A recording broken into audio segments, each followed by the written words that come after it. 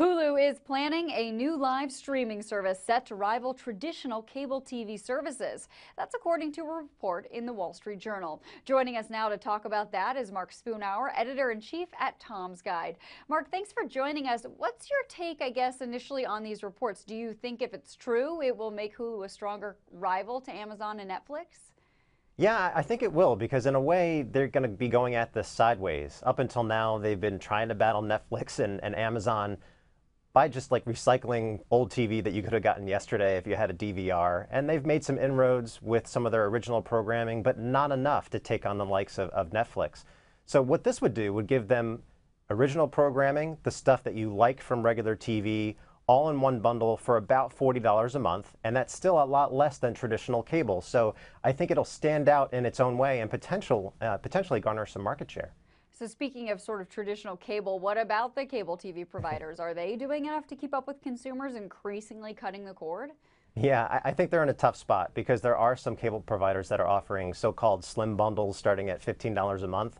But in a way, they're kept in a quiet corner because they're like the last-ditch resort for those who are ready to cut the cord. If they promote them too much, then they're not going to make all that money that they get from the multiple providers who are pouring in dollars for their programming.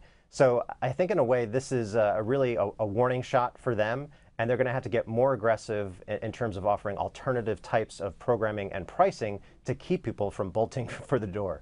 It does put them in a tough spot. I mean, what would you say that cable companies need to do to keep up with consumer trends, but also, of course, make sure their business is viable?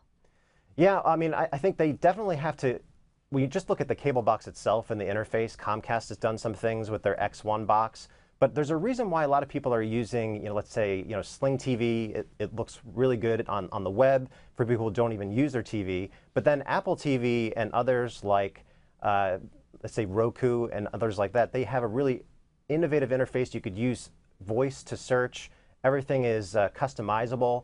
But if I look at my Cablevision box at home, it's bad. I just don't want to use it. So they have to make the user experience a lot better, but they also have to really up their game when it comes to broadband speeds at home, because whether you're streaming from the cable company itself or from an alternative, you need to make sure that the speeds are where they need to be. So there's a lot that they need to do, because the last thing that the cable providers want to become is just another dumb pipe. Very true. And of course, in the end, we hope that consumers are the ultimate winners here. More competition often leads to better choices and pricing for us. Thank you so much for joining us, Mark. And thank you all for watching. I'm Courtney Reagan. Have a great day.